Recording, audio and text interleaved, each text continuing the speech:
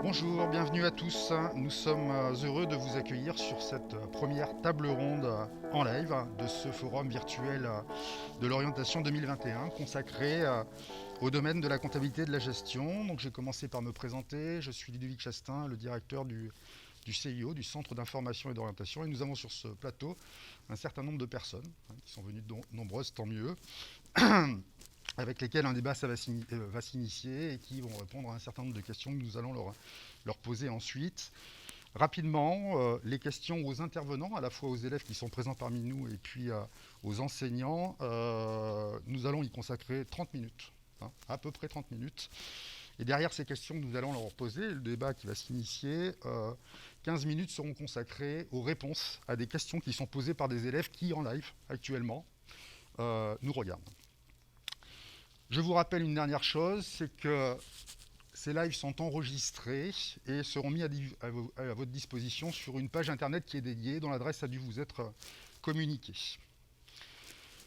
Donc je vais demander à nos intervenants, aux élèves et puis aux professionnels et puis aux enseignants qui sont sur ce plateau de se présenter les uns après les autres. On va peut-être commencer par les enseignants professionnels. Bonjour, merci pour l'invitation. Donc, Monsieur Cluzot Damien, donc enseignant en DCG, professeur en DCG et en BTS CG au lycée Diadème.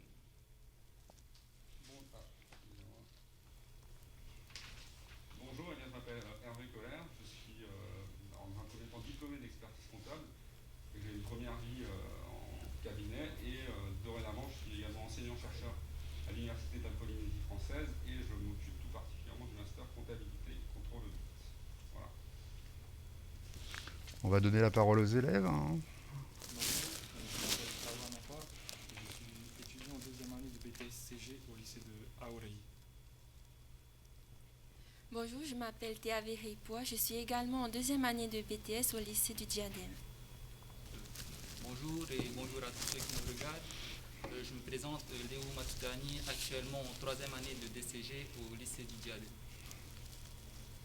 Yorana à tous, Yorana à la Polynésie, Keanu Mori, étudiant en première année du diplôme comptabilité et gestion.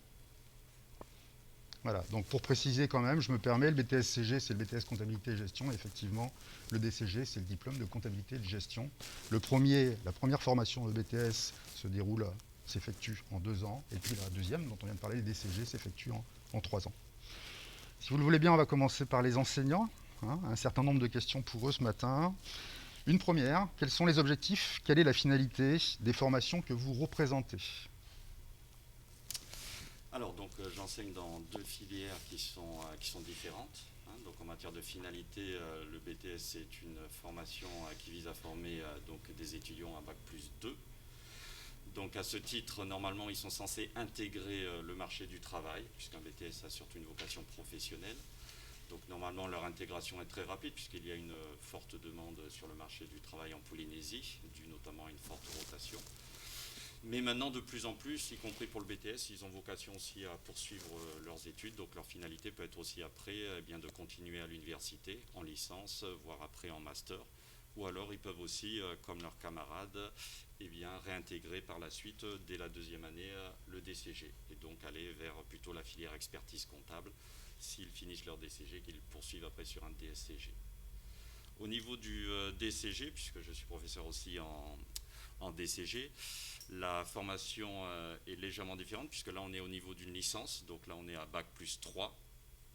Et la vocation du DCG est certes d'intégrer là aussi des étudiants sur le marché du travail, mais la vocation première est quand même la poursuite d'études, puisque c'est quand même la filière de l'expertise comptable. Donc normalement, ils ont vocation effectivement à continuer leurs études vers le DSCG, qui est un niveau master, voire le diplôme après d'expertise comptable pour ceux effectivement qui iront au bout de leurs études. Mais un grand nombre d'étudiants aussi, soit donc intègrent le marché du travail à Bac+3, soit aussi peuvent poursuivre bien sûr sur différents masters. Donc il y a un grand panel de formations qui s'offre à eux. D'accord. Voilà pour ces 2 filières. Alors ça c'est très important, si je peux me permettre, ce que vous venez de dire. Le BTS permet une insertion professionnelle. Oui. Et le marché de l'emploi est plutôt porteur pour ces jeunes sur le territoire. On a besoin de compétences dans ce domaine-là, mais on peut également continuer dans une grande diversité de formations finalement, hein, à la fois en DCG, après le BTS-CG, et puis poursuivre à l'université, éventuellement ensuite, comme après un DCG, on peut continuer dans les formations de la filière comptable. Voilà, il y a une grande variété effectivement tout à fait de débouchés. Hein, alors pour les BTS-CG, effectivement, cela va bien sûr quand on démarre, quand on a très peu d'expérience professionnelle, de l'assistant comptable, puis très souvent on les retrouve en poste à responsabilité, hein, c'est-à-dire responsable comptable dans la plupart des entreprises, chef comptable ou collaborateur dans un cabinet comptable ou d'expertise comptable. Et de même donc pour les étudiants en DCG, qui se retrouvent très souvent, là aussi il y a une forte demande puisqu'on a un grand nombre de cabinets d'expertise comptable sur le territoire.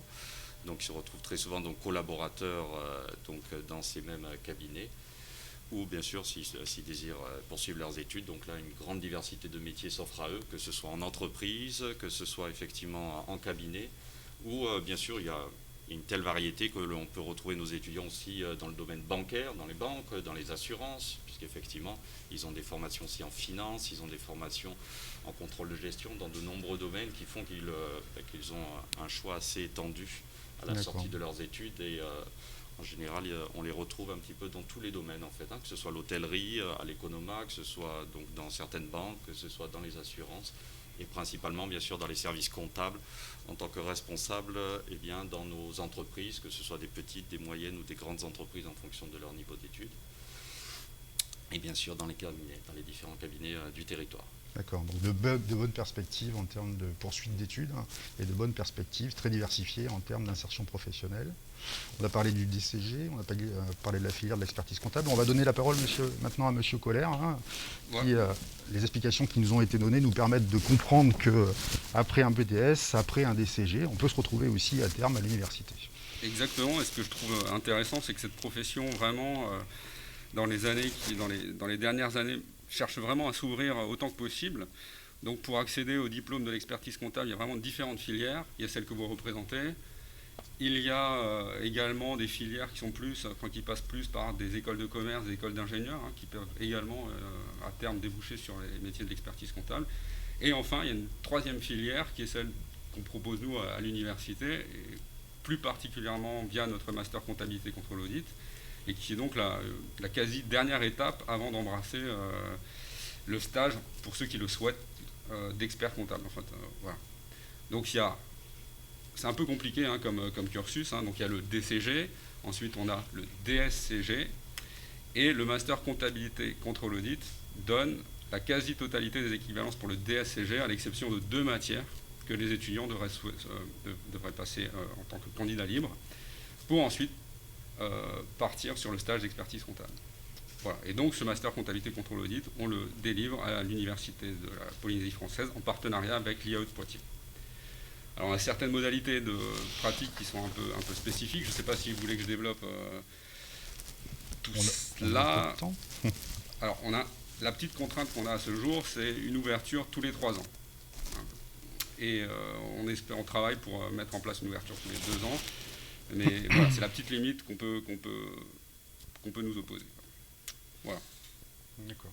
Bon, c'est très intéressant en tout cas pour les élèves de comprendre qu'on peut commencer après le baccalauréat ses études en lycée, hein, intégrer un BTS, qu'on peut continuer ensuite en 3e année de DCG, toujours en lycée, qu'on peut revenir à l'université. Exactement. Avec l'exemple du master dans lequel vous enseignez, et qu'on peut ensuite réintégrer in fine dans son parcours de formation la filière de l'expertise comptable pour le DCG. Y compris en s'interrompant quelques années, parce que j'ai dans le master CCA des professionnels qui ont interrompu leur scolarité et qui sont revenus vers nous. Donc voilà, ce sont vraiment des métiers, c'est très flexible, très souple. Merci beaucoup. Une deuxième question pour les enseignants. Quelles sont, d'après vous, les exigences de ces formations, des formations que vous représentez, et quels conseils auriez-vous à donner aux élèves, aux étudiants, pour y réussir ? Alors, ce sont bien sûr des métiers qui sont en général des métiers de responsables, notamment responsables en gestion. Donc, il faut bien sûr être consciencieux, rigoureux dans son travail, bien sûr. Donc, principalement, c'est la rigueur dans le travail, puisqu'ils vont voir des matières telles que l'économie, le droit, la comptabilité, la finance, le contrôle de gestion, sont des matières très diverses, donc c'est des formations très enrichissantes. les métiers qui les attendent seront aussi très enrichissants, mais de par les responsabilités qui leur incombent, bien sûr, ils vont devoir acquérir cette rigueur, être consciencieux. On travaille quand même sur l'argent, que l'on soit dans le domaine bancaire, que l'on soit en entreprise, et donc effectivement, ça va leur demander beaucoup de rigueur, beaucoup d'être consciencieux, et au fil des années, je pense que c'est là le gap le plus important, on va dire, entre un lycéen et un étudiant, entre un élève et un étudiant, justement, c'est de savoir passer ce cap, puisqu'on arrive en tant que lycéen souvent avec une certaine légèreté, on va dire, dans le travail, puisque souvent on a tendance à travailler au dernier moment, à travailler le dernier mois. Et là, ils vont très vite se rendre compte que les responsabilités qui vont leur incomber vont faire en sorte qu'ils vont devoir bien sûr mettre en place une certaine rigueur dans leur travail, être plus consciencieux, être plus cohérents bien sûr dans leur analyse, et donc ça va leur demander beaucoup plus de profondeur, mais ça au fur et à mesure des études, des mois en général, ça se passe très bien pour ceux qui sont bien sûr présents, ceux qui sont consciencieux, ça ne pose aucun problème. Ce sont des qualités qui s'acquièrent avec le temps. Ce sont des qualités qui s'acquièrent avec la patience et puis la résilience. Et la rigueur, qui est un autre mot. Et la rigueur, c'est les services comptables et financiers demandent quand même des personnes qui soient assez rigoureuses, bien sûr, de par le travail qu'ils auront à effectuer. Monsieur Colère ? Je pourrais compléter en ajoutant à ça qu'il faut effectivement une appétence pour les métiers du chiffre. Alors je veux aussi dédramatiser un petit peu la chose parce que métier du chiffre, oui, ça reste notre matière première. Ensuite, en termes de techniques calculatoires, ça reste quand même largement accessible, il me semble. On n'est pas non plus sur des mathématiques très poussées. Donc il faut aimer travailler avec les chiffres. Mais il ne faut pas non plus que ça fasse peur à certains étudiants.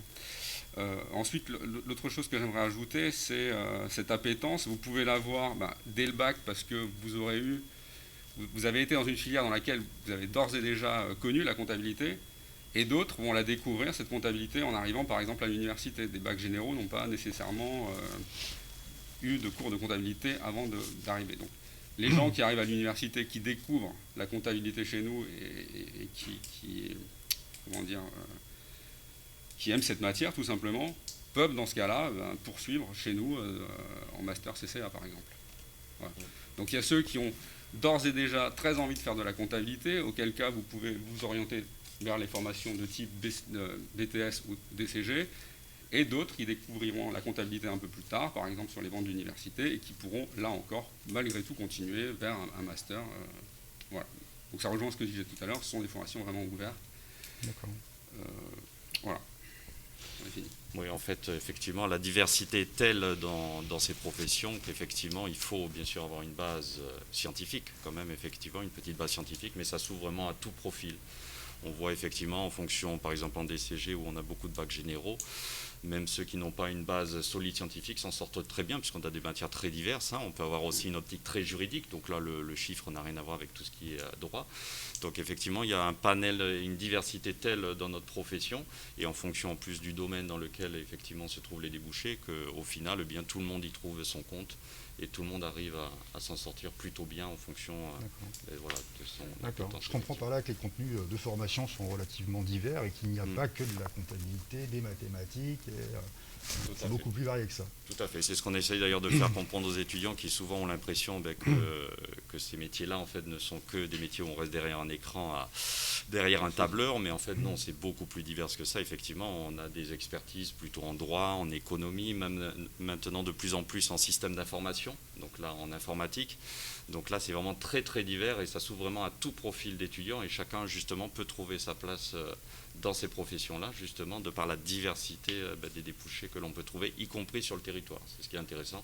Sur le territoire, effectivement, il y a un grand nombre de débouchés pour nos étudiants. Très bien, merci beaucoup. En termes de débouchés, si je peux compléter un petit peu le propos, c'est pour la dernière promotion de master comptabilité contrôle audit, on avait 100% de nos étudiants étaient en emploi avant la fin du diplôme, et qu'il y a même plus que 100%, puisque y compris ceux qui n'ont pas réussi le diplôme avaient trouvé un travail. Donc les débouchés sur le marché polynésien sont effectivement très, très forts. Alors, voilà, donc là on est dans une situation un peu spécifique qui est liée au Covid, donc les choses sont un petit peu différentes, mais d'ici que les jeunes bacheliers entrent sur le marché du travail, donc dans 3 à 5 ans, les choses se seront, espérons-le, largement arrangées. Voilà. Très bien, merci. Donc on a parlé des compétences scolaires, des disciplines qu'on trouvait dans ces formations. Si vous voulez bien, on va parler un peu de l'admission, de la sélection des dossiers, puisqu'on est sur des formations qui sont sélectives. Les élèves le savent, les élèves de terminale le savent. Quand ils vont sur Parcoursup, ils s'aperçoivent que pour intégrer un BTS, il y a une sélection, il y a un processus d'admission. C'est la même chose pour le DCG. La question que je souhaitais vous poser, c'est, en dehors des résultats scolaires, quel type de candidature, de profil d'élèves avez-vous tendance à privilégier dans ce processus d'admission, de sélection? Alors donc là je représente 2 filières, donc la finalité est différente à la base. Donc si on commence par le BTS-CG, donc qui a une vocation professionnelle, donc à Bac+2, en commission on sélectionne principalement donc des élèves qui sont d'origine, donc qui ont un bac technique, donc principalement STMG en gestion finance, et de plus en plus aussi d'élèves qui viennent donc de la voie professionnelle. De manière à ce que tout le monde puisse avoir justement sa chance de poursuivre donc dans le supérieur. Donc ça c'est pour le BTS-CG. Si on prend par contre le DCG, donc là la vocation est de poursuivre plutôt sur des études longues. Donc là principalement en commission on va sélectionner des élèves qui ont un profil de bac généraux, donc principalement bac scientifique ou bac économique. Et pour une grande partie aussi, donc des étudiants qui ont un bac technique, donc STMG, gestion finance principalement, effectivement. Voilà, sur le profil, sur le vivier, eh bien, qui sera sélectionné principalement donc, pour ces 2 filières. Voilà. Et à partir du moment, après, bien sûr, au niveau de la sélection, si on parle bien sûr du profil d'élèves, donc à part leur origine, bien sûr, ce que l'on va, bien sûr, on va être très attentif de par ce que l'on a dit à l'instant, on va être très attentif bien sûr à l'absentéisme, à ce genre de choses, puisque bien sûr on attend dans ces filières bien, des personnes rigoureuses, des personnes consciencieuses, donc on va mettre en avant effectivement ces aspects-là, c'est-à-dire que quelqu'un qui a suivi tout au long de lycée une certaine rigueur, qui est là, qui est présent et qui s'accroche. Ce n'est pas forcément le niveau qui va nous intéresser, c'est plus la motivation de la personne et bien, à justement poursuivre ses études dans le supérieur, puisqu'on sait très bien qu'il y a quand même un gap important, que l'on soit à l'université ou dans nos filières, on sait très bien, ce qui peut se passer lorsqu'on passe du bac aux études supérieures. Donc on essaye, c'est pour ça qu'on est là justement autour de cette table ronde, c'est pour en profiter, voilà, pour motiver nos élèves à se dire qu'au jour d'aujourd'hui, compte tenu de l'évolution et des transformations numériques que l'on subit, il va falloir faire de plus en plus des études supérieures, mais que pour poursuivre ces études supérieures, cela demande une certaine motivation, une certaine rigueur. Donc on va faire attention justement à ces aspects-là, bien sûr, lorsqu'on sélectionne en commission les dossiers des élèves. D'accord. Monsieur Collard, quelque chose à ajouter? Alors, de ma propre expérience pour le master comptabilité contrôle audit, donc effectivement il y a une première sélection qui se fait sur la base de dossiers. Donc les notes, elles comptent, elles ne sont pas systématiquement discriminantes, mais elles comptent malgré tout. On a chez nous des étudiants qui, encore une fois, avec la maturité,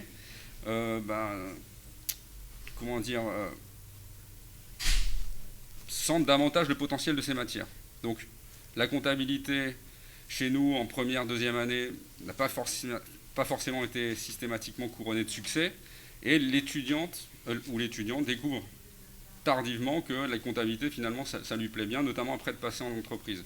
Donc j'ai eu des cas comme ça en master CCA, donc ce sont des gens qu'on a entendus, qu'on a reçus, et ce qui nous a malgré tout amené à les prendre avec nous, c'est finalement le fait qu'ils nous ont démontré vraiment que ce sont des métiers qui les intéressent.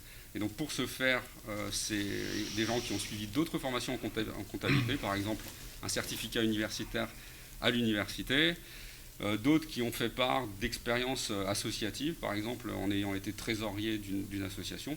Donc voilà, on ne se limite pas effectivement uniquement qu'aux notes, les notes sont importantes, mais vous pouvez également nous montrer que vous avez une appétence pour cette matière via des expériences extrascolaires. Mmh. Donc montrer qui on est d'une façon générale. Exactement. C'est très important. Ouais, très bien, on remercie M. Cluzot et M. Collère pour leurs apports par rapport aux questions qui leur ont été posées. Merci à vous. On va passer aux élèves maintenant. Donc la première chose que j'ai envie de vous demander à tous, c'est est-ce que vous avez envie de rebondir sur ce que les enseignants ont dit à l'instant, sur ce que vous avez entendu. Première chose, avant que je vous pose des questions après qui vous seront dédiées. Donc, je rebondis totalement hein, sur ce que nos professeurs ici présents nous ont rappelé. On se prépare à des métiers à responsabilité d'une part, mais on va assurer aussi la santé économique des entreprises et aussi la santé financière des entreprises. On est là justement, pour ainsi dire, les médecins de l'entreprise, les médecins des entreprises, on va s'occuper justement de leur santé.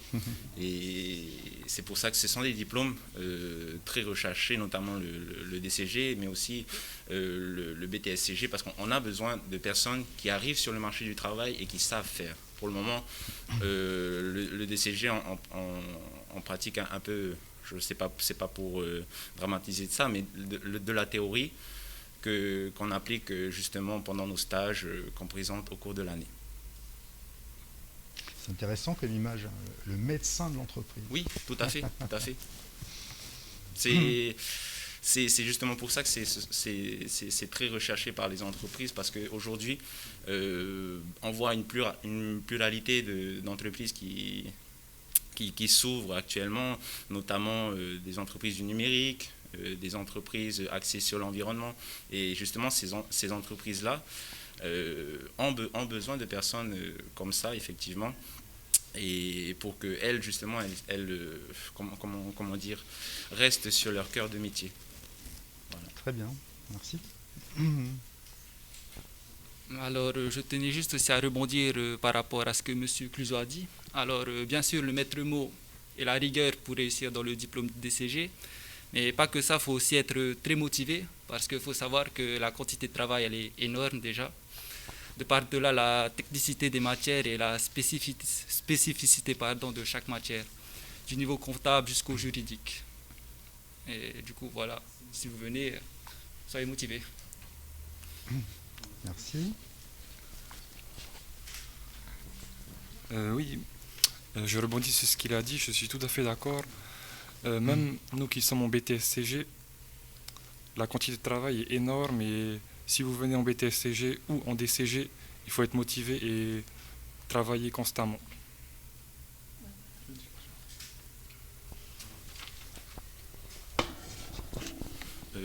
J'aimerais justement terminer au niveau des diplômes qu'André parle ou du BTS-CG. On voit justement une pluralité de compétences, on prépare des compétences, c'est pas juste comme M. Cluzot ou M. Collet l'a dit, notre formation ne vise pas seulement et uniquement à la comptabilité. On prépare aussi du droit, on prépare aussi de l'économie, de l'anglais des affaires pour savoir, par exemple, rédiger des lettres commerciales, des emails commerciaux pour justement communiquer avec ces entreprises-là.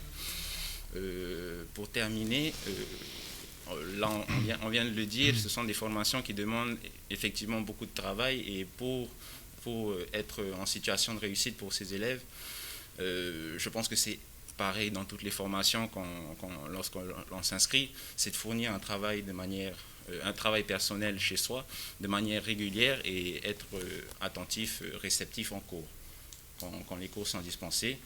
Par exemple, ça peut passer par faire des fiches sur les chapitres ou notions abordées en classe.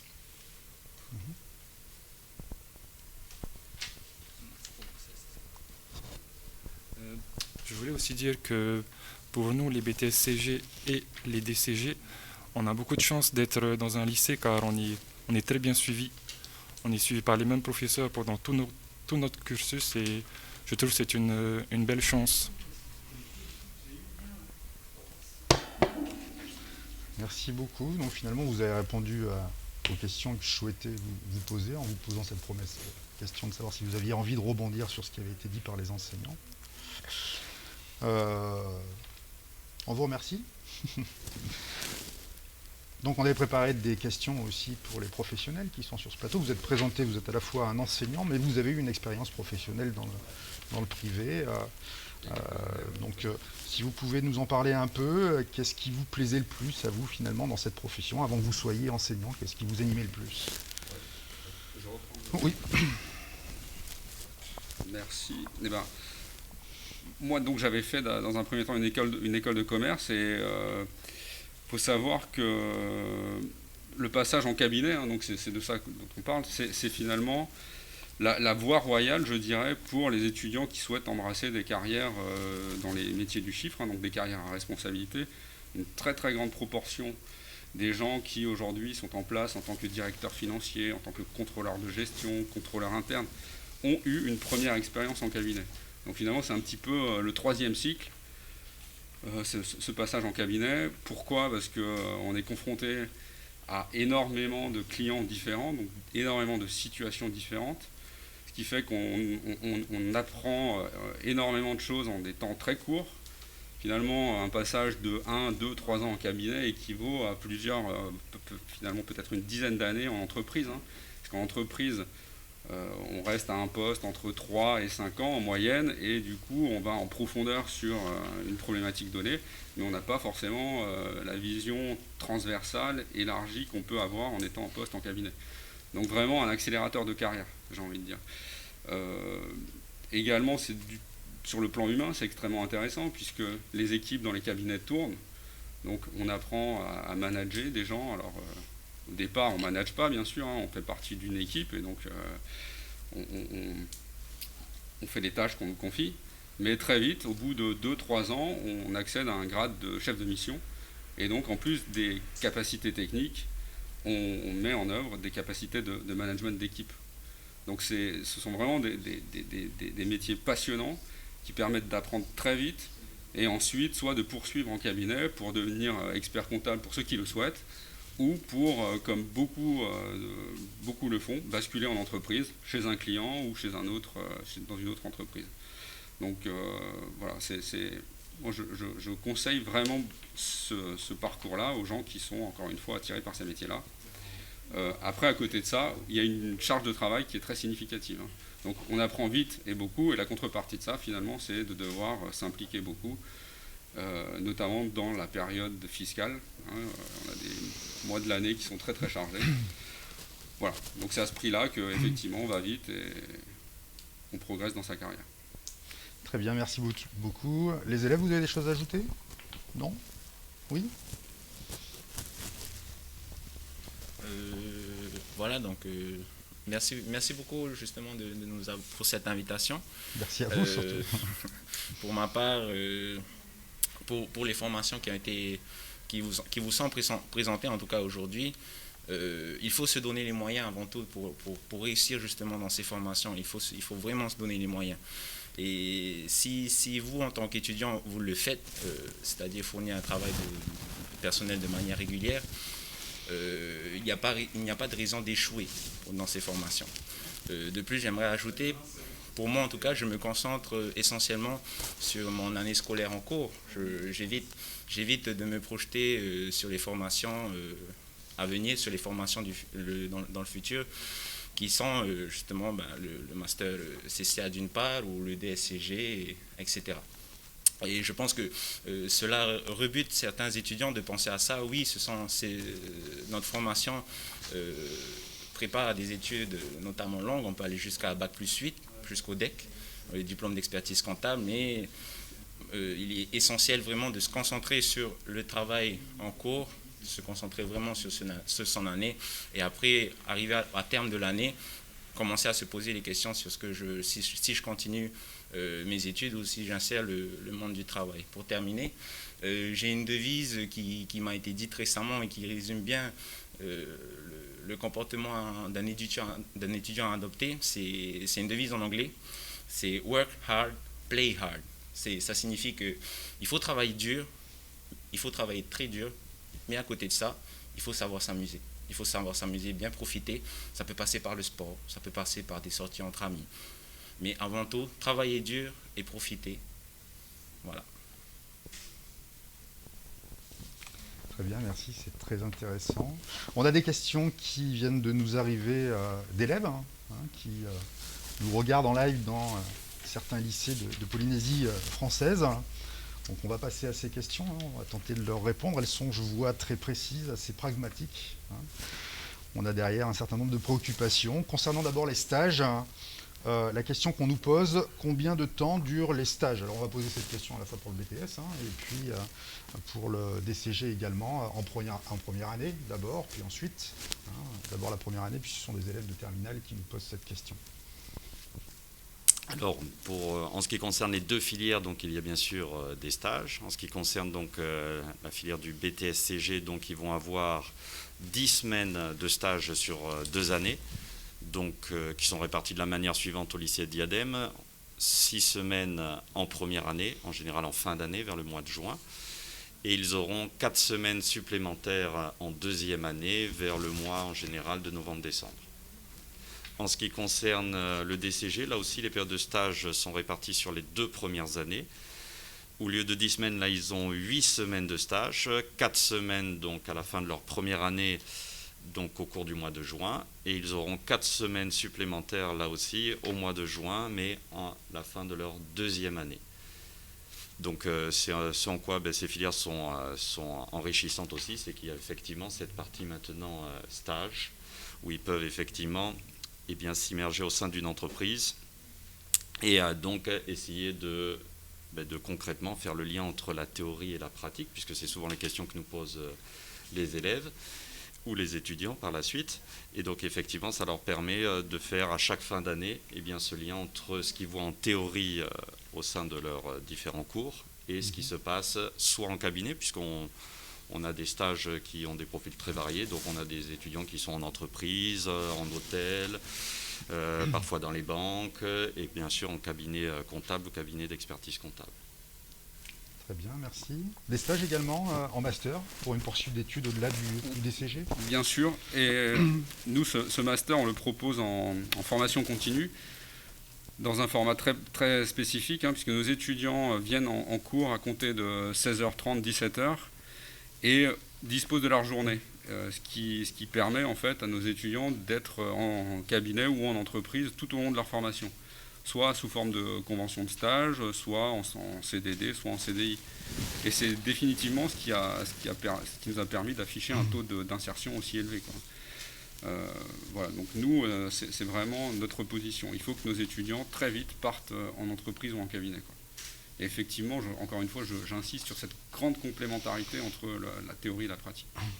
C'est ce qui est aussi très satisfaisant, je pense, pour les étudiants, quoi, de pouvoir directement mettre en pratique ce qu'ils ont eu comme enseignement. Très bien, merci. Alors, une autre préoccupation, comment fait-on pour trouver le stage? Alors, nous, on a une devise, effectivement, pour trouver le stage. On va parler, je vais mettre à la place des professeurs. C'est qu'effectivement, comme toute offre d'emploi auquel ils auront à répondre par la suite, il faut qu'à un moment donné, ils se motivent pour eux-mêmes à écrire leur propre lettre de motivation, puisque on s'attend à ça, bien sûr, au tout début, c'est-à-dire que la plupart des élèves viennent devant notre bureau en nous demandant « est-ce que tu peux nous trouver un stage ?» Donc l'objectif, bien sûr, c'est qu'ils gagnent en autonomie. Ces filières, le post-bac, bien sûr, une de nos responsabilités, c'est de former des gens, bien sûr, qui seront autonomes par la suite. Et donc on met un point d'honneur, effectivement, à ce qu'ils fassent l'effort, bien sûr, de trouver par eux-mêmes leur stage.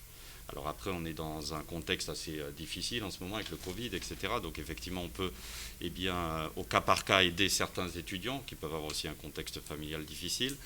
Mais dans la plupart des cas, voilà, on leur laisse trouver par eux-mêmes leur stage. Ça ne pose quasiment aucun souci, puisque on n'a jamais eu vraiment de gros soucis, voilà, sauf au cas par cas, mais pour des cas particuliers, et puis avec le contexte peut-être aujourd'hui du Covid qui est un petit peu plus difficile. Mais sinon, tous les étudiants trouvent un stage, voilà, et font cet effort d'écrire leur lettre de motivation, de se déplacer au sein des entreprises. Et au final, je pense qu'ils ne le regrettent pas. Je vais passer la parole à un des étudiants, mais ils ne le regrettent pas, puisque ça leur fait gagner vraiment une certaine autonomie en la matière. Voilà, j'aimerais juste bien compléter ce que M. Cluzot vient de le dire. En tant qu'étudiant de première année, à raison d'1 heure par semaine durant les 2 premiers cycles, on a 1 heure de communication qui nous permet justement d'apprendre à demander un stage. Demander un stage, c'est la même manière qu'une recherche d'emploi. Il faut composer un CV, il faut composer une lettre de motivation, il faut savoir passer un entretien. Mais j'aimerais justement dédiaboliser ça par rapport aux étudiants. C'est anodin, c'est anodin de demander un stage directement après le lycée. pour ceux en tout cas qui n'ont pas pu le faire en troisième.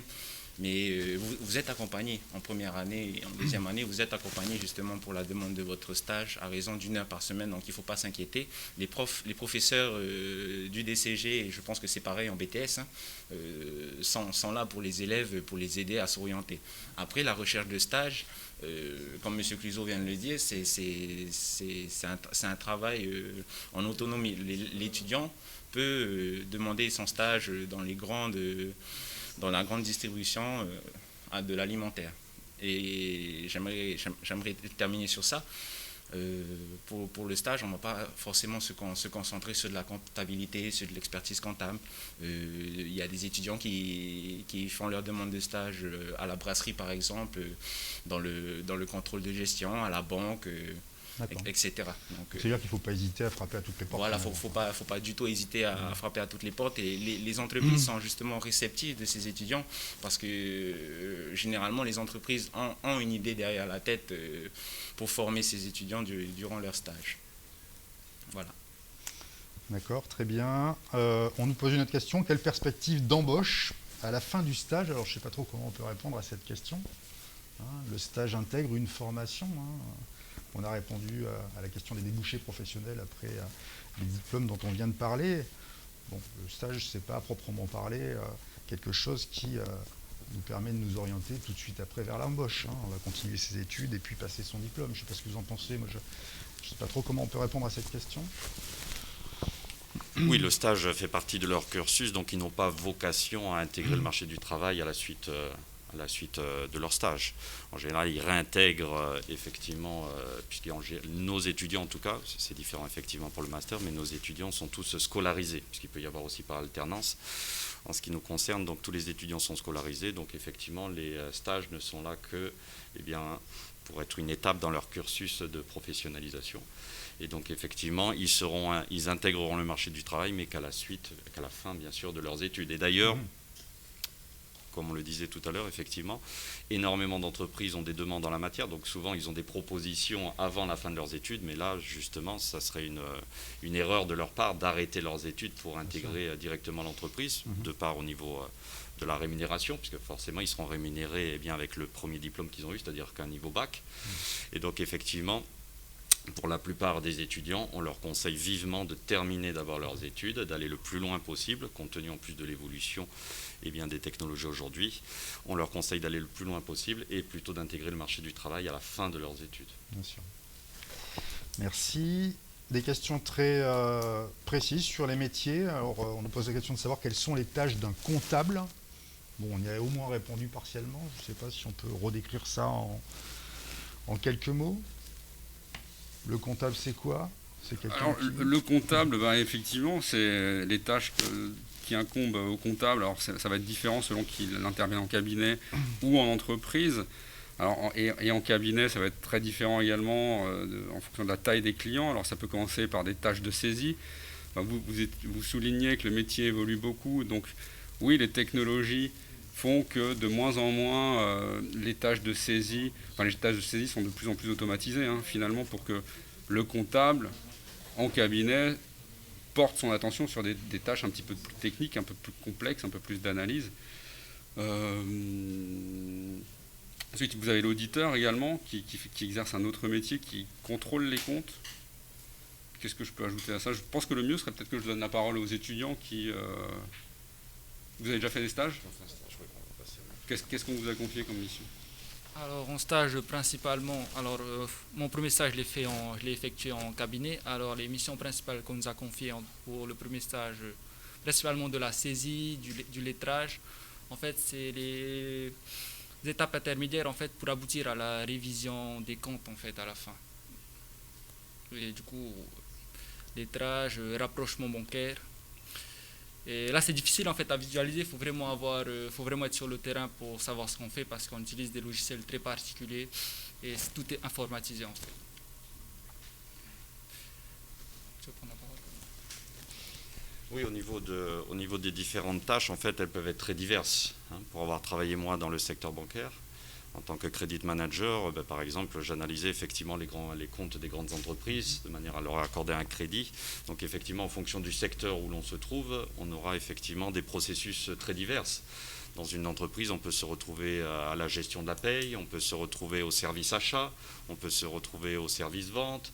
Donc effectivement, les tâches vont être très diverses en fonction du service dans lequel on se trouve, notamment dans les moyennes et grandes entreprises. Donc c'est ce qui est aussi très intéressant dans nos métiers, effectivement, c'est que les tâches sont très diverses, effectivement, et que cela permet aux étudiants même de pouvoir se déplacer, même au sein d'entreprises, puisqu'effectivement, il y a un grand nombre de services, de la paye, au service vente, au service achat, au contrôle de gestion. Il y a énormément de possibilités et en fonction de ces services, bien sûr, les tâches sont différentes. Les progiciels eux-mêmes, les progiciels de gestion eux-mêmes peuvent être différents. Donc il y a une vraie diversité en la matière. D'accord, très bien, merci. En quoi, c'est une autre question, en quoi les tâches d'un expert comptable diffèrent-elles de celles d'un comptable? Alors l'expert comptable intervient vraiment en bout de chaîne, généralement. Alors ça va dépendre de l'expert, certains interviennent plus en amont, mais généralement l'expert comptable se concentre sur les écritures dites d'inventaire, donc les écritures techniques qui nécessitent un niveau de compétence plus poussé que les collaborateurs en cabinet. Donc toutes les écritures d'inventaire faites en fin d'année uniquement. L'expert comptable peut aussi avoir un rôle de conseil sur des aspects tels que la fiscalité, comment essayer d'optimiser la charge d'impôt qui pèse sur la société. L'expert comptable aujourd'hui s'oriente de plus en plus vers d'autres métiers de conseil, tout simplement comment optimiser le fonctionnement de l'entreprise au sens large du terme. Donc voilà, c'est lui aussi qui gère la relation commerciale en fait avec ses clients. Donc essayer de développer la clientèle, essayer d'identifier, de recenser les besoins. Voilà, c'est quelqu'un qui est un petit peu plus en recul sur les dossiers, qui intervient lorsqu'on le sollicite sur des points particulièrement techniques et qui développe son cabinet, finalement, et qui gère également le management de ses collaborateurs à lui. Donc le live touche à sa fin. Une dernière question qui nous a été posée. Alors il est probable que certains élèves aient pris le live en cours.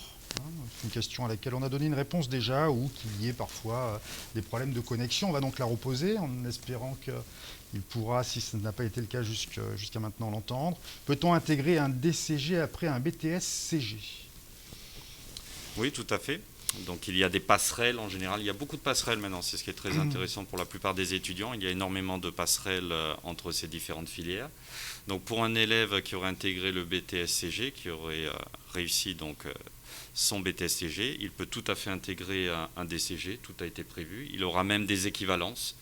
Donc en DCG, ils ont 13 UE à passer. Donc sur les 13, l'étudiant en BTS-CG aura déjà 5 équivalences. Donc il n'aura passé que les UE restantes pour obtenir son DCG. En général, il intégrera du fait du décalage de certaines UE, puisque par exemple, les étudiants en DCG auront déjà eu certaines UE en première et deuxième année, alors que les étudiants en DCG ne l'auront eu qu'en troisième année. Il y a certains décalages qui font qu'effectivement, ils seront obligés pour la plupart de redémarrer en DCG 2, donc en deuxième année. Donc ça leur permettra d'obtenir donc au bout de 4 ans donc le DCG. D'accord, très bien, merci. Les UE sont des unités d'enseignement, c'est ça? Des groupes disciplinaires, des ensembles de matières scolaires. Ce sont des disciplines. Donc on a par exemple l'économie, le management dont on a parlé, le droit fiscal, le droit des sociétés, la comptabilité générale, le contrôle de gestion, la finance. Donc des matières très diverses. Très bien, merci. Nous allons remercier tous nos intervenants, les élèves et puis les enseignants. Ça a été très riche, les échanges ont été très riches. Beaucoup de questions, j'espère, auront trouvé de réponses pour les élèves qui nous écoutaient ce matin. Voilà, donc ce live touche à sa fin, il est désormais terminé. On vous remercie également de nous avoir écoutés derrière vos écrans d'ordinateur, dans les lycées ou peut-être ailleurs, je ne sais pas, ce matin. Au revoir. Merci, à bientôt.